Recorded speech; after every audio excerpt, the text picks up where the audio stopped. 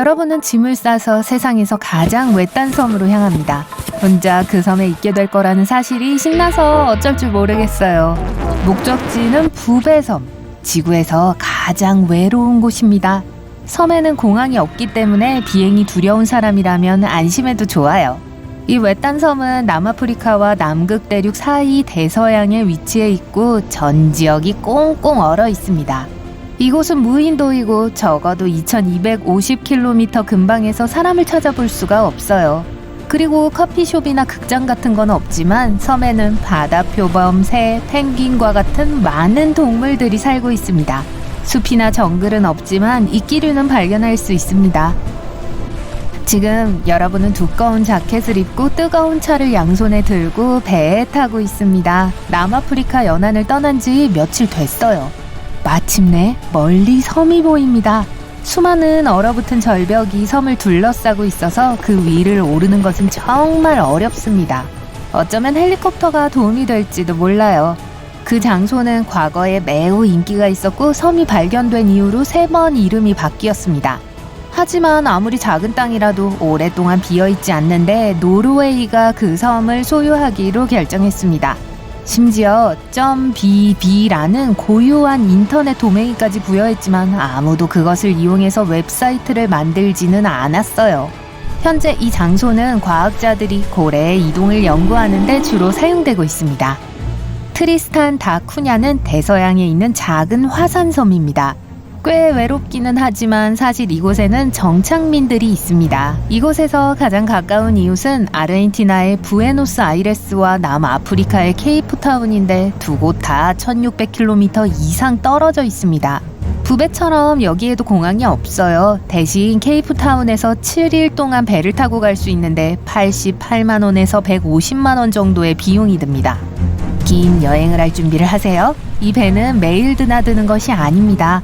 집에 가기 전에 한 달 동안 머물 곳을 예약해야 할 수도 있어요.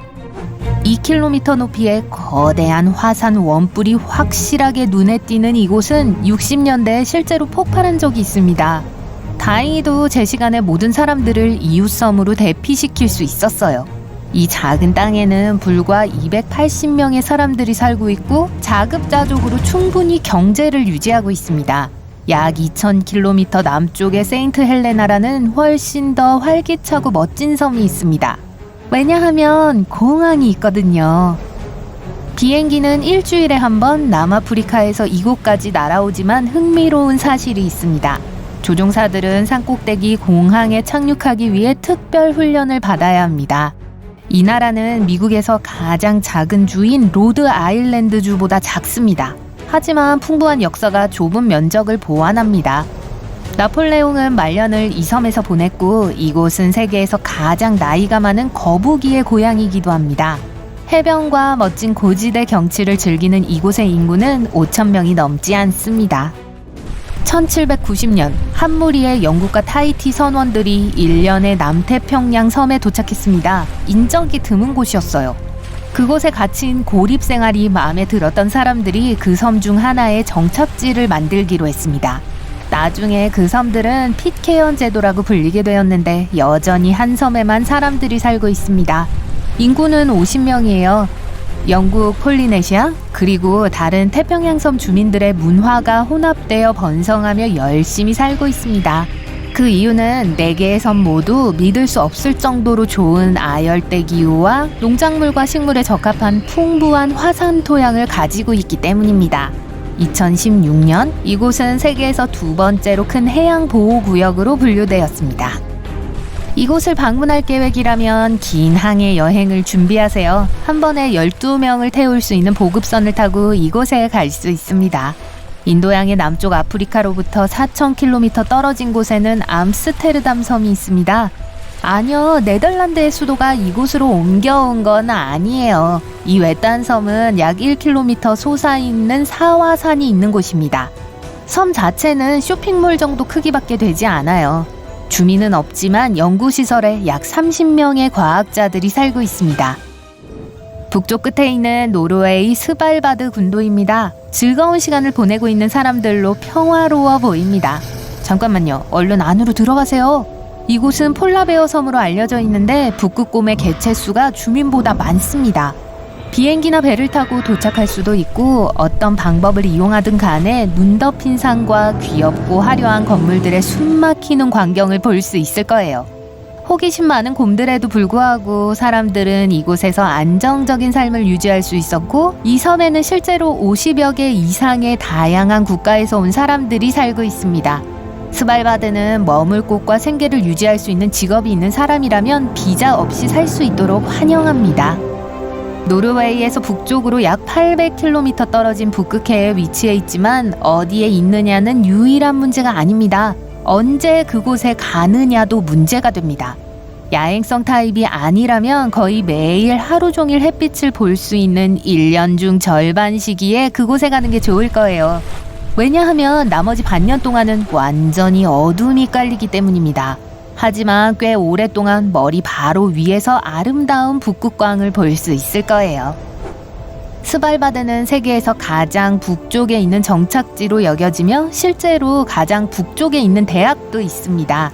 영구 동토층 때문에 이곳의 생활은 쉽지 않은데 이것은 대부분의 물건을 외국에서 온 선박으로부터 얻는다는 의미입니다. 하지만 이곳에는 농작물이 더 이상 자랄 수 없게 될 날을 대비해서 전 세계에 약 100만 개의 씨앗을 저장하고 있는 글로벌 씨앗 저장고가 있습니다. 칠레 해안에서는 가장 동쪽에 위치한 폴리네시아 문화를 찾아볼 수 있습니다. 남아메리카에서 서쪽으로 3,700km, 피케온 제도에서 1,900km 떨어져 있습니다. 이곳의 가장 유명한 섬 주민들은 거대한 머리로 전 세계적으로 유명합니다. 네, 저 머리들이에요. 600개 이상이 이스터 섬에 흩어져 있는데 고고학자들이 더 깊이 파보니 몸체가 땅 밑에 묻혀 있었다는 것을 발견하게 되었습니다. 이 섬은 라파누이 혹은 그레이트 라파로도 알려져 있습니다. 그곳에는 하얀 모래 해변이 아닌 건조한 양지와 화산 용암으로 형성된 놀라운 잿빛 절벽이 있습니다. 노스 센티넬 섬은 아름다운 천국이지만 단 한 가지 문제가 있습니다. 아무도 그곳에 들어갈 수 없어요. 외부 문명의 영향을 받지 않은 원주민 부족이 살고 있고 모두가 그렇게 유지하기로 동의했습니다. 지난 200년 동안 수십 명의 사람들이 이 섬 주민들과 직접 접촉할 수 있었지만 별로 좋게 끝나지 않았다고만 말할게요.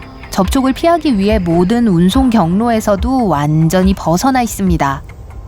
10년 전 한 연구에 따르면 노스 센티넬에 80명에서 150명 사이의 사람들이 살고 있을 거라고 합니다. 하지만 그 숫자는 15명까지 내려가거나 혹은 심지어 500명이 넘을 수도 있기 때문에 전혀 알 길이 없습니다. 그들은 너무 고립되어 있어서 이웃에 개방된 섬에 사는 사람들은 센티널 언어를 이해하지 못합니다. 몇몇 연구원들은 그들의 생활 방식의 극히 일부를 알아냈습니다. 그들은 비스듬한 지붕과 불구덩이가 있는 서로 마주보고 있는 오두막에 삽니다. 싱싱한 해산물을 먹고 섬에서 자라는 과일을 먹고 삽니다. 항구는 없지만 부드러운 모래 해변이 끝없이 펼쳐져 있습니다. 들어갈 수 없다니 안타깝네요. 투발루는 9개의 작은 산호섬이 사슬처럼 형성되어 있는 서중부 태평양의 신생 섬나라입니다. 본섬은 길이가 몇 킬로미터밖에 되지 않고 어떤 곳은 너무 좁아서 오토바이를 타고 가는 양쪽으로 파도가 칩니다. 또한 주변에서 차를 보는 건 매우 드문 일입니다.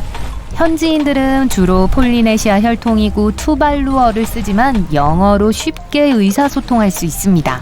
이 나라에는 공항이 있지만 비행기가 없을 때는 활주로 전체가 모든 사람들이 즐길 수 있는 축구장과 놀이터로 변합니다.